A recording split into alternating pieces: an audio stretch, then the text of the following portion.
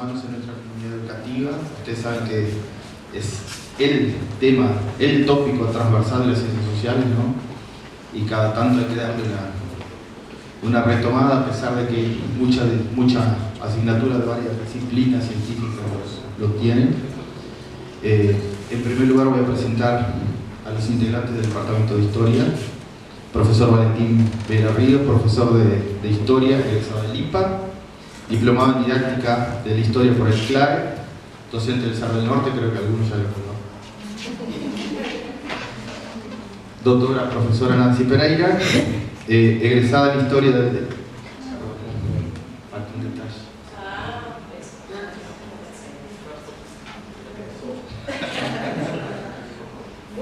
Muy importante. O hago la letra más grande. Egresada en Historia de acá, del Cerro del Norte, bacharel en Derecho por Dorcampi, abogada, especializada en el área civil, magíster en Historia por la Universidad Tecnológica de México, por la TEC, y docente del Cerro del Norte, que también algunos la conocen, y la profe Eugenia Frugoni, profesora de Historia egresada de acá del Cerro del Norte también, licenciada en Letras por Dorcamp, maestrante en Didáctica en Formación Superior por el CLAE, con validación por la Facultad de Humanidades, diplomatura en Lenguaje, Educación y Sociedad en Área Frontera, especialista en Didáctica de la Universidad del CLAE y docente acá también. Bueno, podemos comenzar la actividad, les paso el micrófono y... No sé si presentarlas ahora o presentarlas después. Yo creo que capaz que cuando avance la ponencia. Bueno, me voy a parar. Un profesor, ¿no? Tiene que estar parado, me parece. Bueno, primero darles la bienvenida a todos. Es una satisfacción poder estar con ustedes acá en esta jornada donde vamos a hablar un poquito, ¿no?, sobre derechos humanos. La idea es que sea una secuencia de charlas, porque derechos humanos, ustedes se imaginan, ¿no?, tenemos muchísimo para hablar.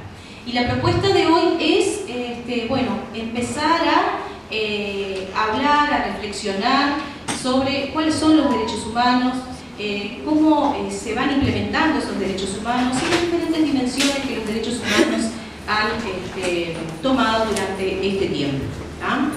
La lucha por los derechos humanos es una lucha ya que viene desde la antigüedad. Nosotros podemos hablar desde Ciro el Grande, ¿no? El gran conquistador persa, llegó a ser creo que es la primera referencia de derechos humanos que se tiene en la historia, es justamente este legado dejado por Ciro el Grande, donde él habla de no a la esclavitud, donde él habla de la libertad de religión y donde él habla sobre la igualdad racial, ¿no? Entonces, desde la antigüedad nosotros ya hablamos de derechos humanos. Y es verdad que esta lucha por derechos humanos tiene sus avances, sus retrocesos, ¿verdad? Pero lo importante es siempre tener la vista puesta en bueno, luchar por ellos, defenderlos y conocerlos. Entonces, de esto se trata esta jornada de hoy. Bienvenidos todos, y les voy a pasar a Eugenia, que les va a hablar un poquito sobre el preámbulo de la Declaración de los Derechos Humanos, que data de 1948, ¿verdad? Y que ha sido el faro que nos va guiando desde entonces en esta caminada, ¿no? Este caminar de derechos humanos. Bueno, bienvenidos y buenas tardes a todos. Quedamos muy contentos de poder compartir con ustedes esta instancia, que va a ser una de tantas otras encuentros, de poder estar socializando todos estos temas que son transversales, porque no es solo para derecho y para historia. Aquí hay algunos invitados de física, ¿no? Bien, bienvenidos. Y realmente queríamos compartir esta instancia, porque nos pareció muy importante tratar y abordar esta temática. Bueno, con respecto al preámbulo de la Declaración Universal de los Derechos Humanos, les voy a leer un breve párrafo para que tengan una idea, ¿no? Considerando que la libertad, la justicia y la paz en el mundo tienen por base el reconocimiento de la dignidad intrínseca y de los derechos iguales e inalienables de todos los miembros de la familia humana, considerando que el desconocimiento y el menosprecio de los derechos humanos han originado actos de barbarie ultrajantes para la conciencia de la humanidad y que se ha proclamado como la aspiración más elevada del hombre, el advenimiento de un mundo que los seres humanos, liberados del temor y de la miseria, disfruten de la libertad de palabra y de la libertad de creencias. Les leí un párrafo para no seguir leyendo, después ustedes lo leen realmente. Bueno, le paso la palabra al profesor Valentín Vera, que también tiene unas palabritas para ustedes. Bueno, gracias. Las profesoras lindas se paran, yo no me voy a parar. Ya llega una edad que es bastante joven y didáctica. No, simplemente una presentación cortita de cómo surgió esto desde el Departamento de Historia, el Departamento de Derecho y Sociología. En el Departamento de Historia, el 28 de mayo, cuando se identificaron los restos de Amelia Sanjurjo, que habían sido encontrados en el Batallón 14 en junio del año 23, nos pareció que una institución educativa que además aspira a ser universitaria tenía que tener cierto gesto, cierta forma de procesar esas cosas, y de ahí sale la idea de hacer actividades en ese sentido. Además, cuando estamos en ese proceso, aparece otro resto desaparecido, con aquella imagen terrible, muy dolorosa, del enterramiento con cara, arriba y todo eso. Entonces, a partir de eso nos pareció que teníamos que hacer como un ciclo de derechos humanos, uno primero abierto desde varias disciplinas, que pudiera participar gente que no fuera solo historia, porque, como decía Mario, esto es clave en cualquier especialidad de educación, y después hacer otros más relacionados con la historia reciente, que también es una preocupación que tenemos. Y que también obviamente podemos convocar a todos, porque bueno, tienen que hablar con todos. Tomando lo que decía Nancy respecto al tema de la antigüedad, yo me acordaba aquella cosa que está escrita por Homero en la Ilíada, cuando Aquiles mata a Héctor y recorre toda la zona que rodea Troya con el cuerpo de Héctor, y por la noche Príamo, el rey de Troya, el padre de Héctor, va a la carpa de Aquiles y le pide el cuerpo, y Aquiles se lo da. Y eso es por la comprensión que ya existía del mundo antiguo de la importancia de poder enterrar un ser querido. Entonces, partiendo de ese asunto puntual que nos dolió mucho, quisimos empezar a ampliar la cuestión en estas instancias. Lo otro que quería comentar, que espero que se entienda lo que voy a decir, hay un historiador, Harari, que habla de los derechos humanos como un mito. ¿En qué sentido? En el sentido que uno no nace con los mismos derechos que otro. Eso es una aspiración que tenemos como humanidad. Entonces, esa aspiración que tiene siglos, que se ha concretado más en el siglo XVIII, XIX y en el siglo XX, es importante el preámbulo que leyó Eugenia, acordamos que fue después de la Segunda Guerra Mundial, después del horror del Holocausto, ¿no? Entonces, esa es una aspiración de la humanidad. Es como el camino que nos proponemos como humanidad para vivir con cierta justicia, con cierta dignidad, de libertad. Entonces, eso nos vuelve tan necesario enseñar, educarnos, trabajar y trabajar y trabajar sobre eso. Además, es un tema que no es nada ajeno a todas las necesidades. Como decíamos, en los liceos, ustedes saben que se vulneran derechos humanos de manera permanente, intencional o no intencionalmente, pero ocurren cosas. Y entonces está bueno que podamos tener un enfoque desde ese lugar y de los estudiantes como sujetos de derecho, que también lo plantea la Convención de Derechos del Niño y del Adolescente. Así que por acá era eso y nada. Inicio de actividad y muchas gracias. Bueno, entonces, retomando lo que dice Valentín, ¿no? Nosotros tenemos este faro que es la Declaración Universal de Derechos Humanos, ¿no? 1948, después de los horrores de la guerra, y justamente el siglo XX fue marcado por esos horrores, ¿no? El siglo XX, como dice Hobsbawm, comienza con una era de catástrofes, con dos grandes guerras mundiales donde se cometieron atropellos de todo tipo, ¿verdad? Tenemos en la Primera Guerra Mundial el genocidio armenio, tenemos en la Segunda Guerra Mundial el genocidio judío, mucho más que eso, ¿no? No solamente el genocidio judío, sino otras minorías también fueron despreciadas en ese contexto. Exactamente.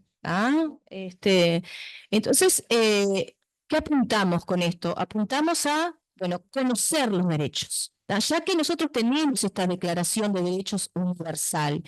Universal significa que es para todos, no solamente para Francia, para Inglaterra, para Estados Unidos, es para todos. Y los países que firmaron esta convención están comprometidos a hacer cumplir esos derechos. Y yo pregunto, sí, bueno, ¿por qué será que no firmaron? ¿No? ¿Te parece que podrían comprometerse con cumplir lo que exhortaba, ¿no?, la Declaración de los Derechos Humanos? Los países que no son signatarios de los derechos humanos es porque no los van a hacer cumplir, no se comprometen con su cumplimiento, ¿verdad? 9. Detención injusta. Nadie tiene derecho a encarcelarnos sin previo juicio justo ni echarnos de nuestro país. 10. Tiene derecho a un juicio justo, público y con jueces imparciales. 11. Siempre somos inocentes hasta que se demuestre lo contrario. La persona acusada tiene derecho a defenderse. 12. Derecho a la intimidad. Nadie tiene el derecho a dañar nuestra reputación. Nadie tiene el derecho de entrar en nuestra casa, hurgar en nuestras pertenencias, abrir nuestras cartas, violar nuestra intimidad. 13. Libertad de movimiento. Tenemos la libertad de ir en nuestro país y de viajar a donde queramos. 14. Tenemos el derecho de buscar un lugar seguro donde vivir, si tenemos temor o si nos sentimos amenazados. 15. Todos tenemos derecho a una nacionalidad. 16. Todos tenemos derecho a tener una familia. 17. Todos tenemos derecho a tener nuestras posesiones. 18. Libertad de pensamiento. Tenemos derecho a creer en lo que queramos creer y tener nuestra propia religión y a cambiarla cuando así queramos. 19. Libertad de expresión. Todos tenemos derecho a pensar de la manera que queramos. Derecho a compartir nuestras ideas sin que ellas sean reprimidas.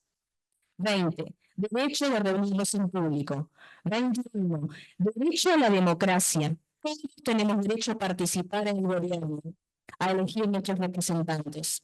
22. Derecho a la seguridad social. Todos tenemos derecho a una vivienda decente, a cuidados médicos y a educación. 23. Derecho al trabajo. Todo adulto tiene derecho a trabajar, a ganar un sueldo justo por su trabajo y a unirse a un sindicato. 24. Derecho a la recreación y al descanso. Todos tenemos derecho a descansar del trabajo, los docentes también. 25. Alimentación y vivienda. 26. Derecho a la educación. 27. Derechos de autor, el cual protege a nuestras creaciones. Nadie tiene el derecho de quitarnos nuestras ideas y usarlas como propias. Ya les he dicho, usen APA. La norma APA. 28. Todos tenemos derecho a vivir en un mundo justo y libre. 29. Responsabilidad. Tenemos todos la responsabilidad y el deber hacia los demás también, de proteger sus derechos humanos, así como sus libertades. Y por fin, el 30, pero nadie, absolutamente nadie, puede arrebatarte tus derechos humanos. Bienvenidos. Antes de hacer la primera presentación, me gustaría también hacer un pequeño aporte ahí. Los derechos humanos es un tema que genera mucho debate, ¿no? Ustedes saben que como todo tema que engloba lo social, no hay verdades absolutas. Por ejemplo, lo que tú dijiste, Tacuaripi, ¿por qué Yemen firma el tratado, no? Hace poquitos días, plaza pública en Yemen, mataron a un tipo con 8 tiros en la cabeza, todo el pueblo esperando, porque había logrado matar 3 años. Hace poquitos atrás. Está en internet si lo quieren ver. Entonces, ahí nomás tú tienes un conflicto. ¿Qué vale más? ¿La vida del tipo o lo que hizo en relación a la sociedad de lo libre? De repente por eso no fue tratado. Yo creo que tú notaste ibas a hablar sobre el tema, ¿no? En relación a las guerras, chiquillo, son más o menos, si nosotros tenemos esa teoría organicista, que el mundo es un gigante, ¿no? Como tenía Platón en la República, las guerras son como que al mundo le da un infarto. Y vieron que después que uno tiene un infarto, es borrón y cuenta nueva, empieza a comer sano, empieza a correr, no hace más lo que hacía, por lo menos por un tiempo. Y entonces lo mismo. La Segunda Guerra Mundial fue un infarto casi fulminante. Después de la Segunda Guerra Mundial, con el tema de la guerra nuclear, que nunca había habido, cambió. Y se trataba, surge la ONU. Cada vez que hay una etapa de esas, todos los países abren los ganchos de este tamaño. Cada vez que pasa una etapa de esas, hay un ciclo de países cambiando la constitución. Menos 20 o 30 países cambian la constitución radicalmente cada vez que pasa una etapa de esas. Uruguay pasó por todas las etapas. En todas las guerras Uruguay cambió la constitución. Y en etapas intermedias que eran críticas también cambió la constitución. Eso significa que se busca retomar el aire, no se busca un contexto. Y los derechos humanos son contextuales también. Son contextuales. Por ejemplo, es aberrante pensar que podría haber esclavitud. Sin embargo, el fin de la esclavitud significó también el fin del derecho de propiedad que tenían los esclavos. O sea, no es que los derechos humanos sean algo inmutable, es algo que se va transformando en el contexto, que es algo que va evolucionando. Obviamente, si derechos humanos son derechos de los humanos, es algo reflexivo, es algo racional. Los animales no saben que pueden tener derechos.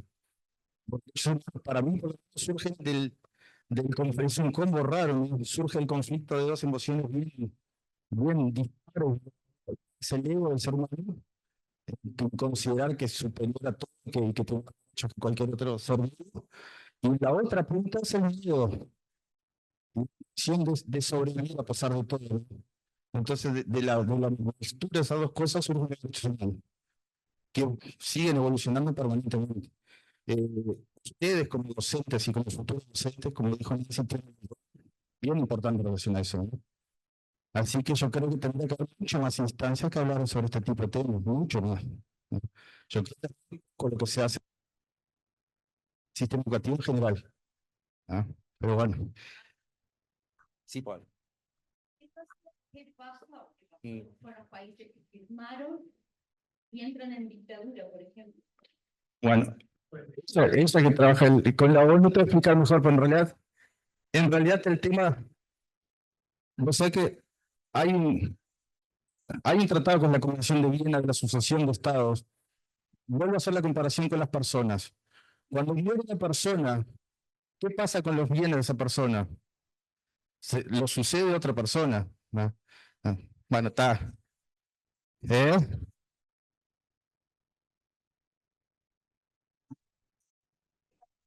No, calma. Hasta el tema de la asociación intestada, hasta el tema del beneficio inventario, si hay más deudas que no está. Pero en la mayoría de los casos es una sucesión común que lo van a heredar las personas. Cuando el sujeto deja de ser sujeto, pasa a ser una cosa propia de la familia, entonces ahí nosotros tenemos que, para que haya un patrimonio, tiene que haber un sujeto de derecho titular de ese patrimonio. ¿Está? Entonces, hace una persona a otra. El Estado también nace, vive y muere. ¿Qué pasa cuando muere un Estado y surge otro Estado? ¿Qué pasa cuando se disuelve la Unión Soviética y viene un montón de Estados diferentes? El infarto, ¿está? Pero a veces muere el Estado. ¿Qué pasa cuando muere el Estado? Y tenía compromisos y tenía obligaciones. Bueno, crisis, vivimos permanentemente en crisis, pero lo que pasa es que tiene que haber una sucesión, tiene que haber alguien que asuma las obligaciones que el Estado anterior había asumido, ¿no? Entonces tiene que ver con eso, con la continuidad de las obligaciones. Si en ese territorio había otro Estado y ahora hay un Estado nuevo, ¿qué pasa con ese Estado? ¿Tiene que asumir o no las obligaciones que el anterior tenía por los convenios que hemos firmado, ¿no? Ese es un tema importante que hay que... Pero no vamos a entrar al tema porque este es el... Sí, sí. Que los derechos humanos por escrito nacen por ver. Eso no quiere decir que no existieran previamente, ¿no? Ahora, capaz que es más no es una pregunta, sino algo que dejo en el aire para que contesten nuestras profesionales aquí. Yo pienso en la cuestión esta de derechos humanos. ¿Cuál es la necesidad de tenerlos por escrito? Lo mismo pasa con las leyes, me supongo, ¿no? Que se escribe una ley porque hay una falta a esa ley, se crea una ley para corregir un comportamiento. Se crean los derechos humanos para corregir comportamientos en contra de la humanidad. Ahí entendí yo por qué tú dices que la educación es importante, porque somos nosotros los que debemos em, expandir esos conceptos para que estas cosas no se vuelvan a repetir. Hablamos de memoria y hablamos de poder comparar el pasado con el presente, ¿no? Para poder salir de eso, de poder adquirir los derechos humanos, poder adquirir esos 30 derechos fundacionales que después se van a expandir, cada vez hay más, tenemos la UNICEF, tenemos los derechos, bueno, la UNICEF, los derechos del niño y del adolescente, que se pero cómo nosotros comunicamos como educadores, cómo damos la importancia a eso, para que sea, ya sea inherente a las personas, ¿no? Que no se haya que dar estas instancias para recordarnos que tenemos derecho a, ¿no? Vendría por ahí. Bueno, creo que ya les pasamos a ustedes, así van polemizando. Yo lo único que iba a agregar es que el objetivo también de esto es nunca más, ¿no? Nunca más en todos los lugares del mundo. Hay cosas que dice Mario, cierto, son polémicas, pero en Alemania se trabaja todo el tiempo el nazismo. En Polonia se trabaja todo el tiempo lo que pasó durante el comunismo. Es decir, el hecho de que en la educación no se trabaje el tema de derechos humanos es una cosa... no, sí, es que es como un delirio, no sé qué les pasa. Realmente es importante trabajarlo y es importante cómo sabemos que se violan todos los días. El hecho de que haya gente que diga derechos humanos para los humanos derechos es la negación absoluta de lo que dice Nancy de universalidad. Entonces yo simplemente quiero ir a esto. No estamos tan lejos, ¿eh? No es que esto es un tema de bla, bla, bla y que acá se cumplen todos los días y estamos bárbaros. La verdad que hay bastante por cortar todavía y creo que nada mejor que el liceo, la escuela, para poder empezar a construir una cultura de derechos humanos como es la idea. Igual porque Sí. No, simplemente eso que decís vos y que también lo decía Nancy cuando empezó con la lectura de los derechos, que para defender algo hay que conocerlo, y para conocerlo hay que hablarlo, hay que pensarlo y hay que inclusive polemizarlo y pensarlo, ¿no? El otro día hablábamos, también cuando hablábamos en la instancia que hubo por el tema de instrucción en el campo, de uno de los autores que hablaba de animarse a pensar la realidad en la que uno vive. Y para poder pensarla realmente y poder cuestionar el entorno en el que uno está y salir de la zona de confort, hay que hablarlo. No podemos darlo por sentado. Puede ser una comparación, pero es como el marketing. Vos tenés una empresa enorme que sabes que todo el mundo la conoce y dejas de poner cartelería y hacer marketing. No, es más. Con los derechos debería ser igual para que todo el mundo sepa que están ahí, que hay que respetarlos, que hay que vivirlos, ¿no? Que hay que llevarlos a la práctica continuamente para que se reproduzcan. Como decís vos, se habla del nazismo, se habla de las cosas que se hicieron mal, bueno, pero las cosas, las herramientas que tenemos para que se hagan bien, también tenemos que reproducirlas, porque por algo se hizo el derecho. Es para proteger al hombre del hombre, ¿no? Es como decía Hobbes, del hombre, como luego el hombre, bueno, es para proteger al hombre del hombre. La educación tiene que ser inclusiva para todos. Yo soy militar en actividad, yo soy mini-vest. Profesión de capturador, de violador, de asesino, porque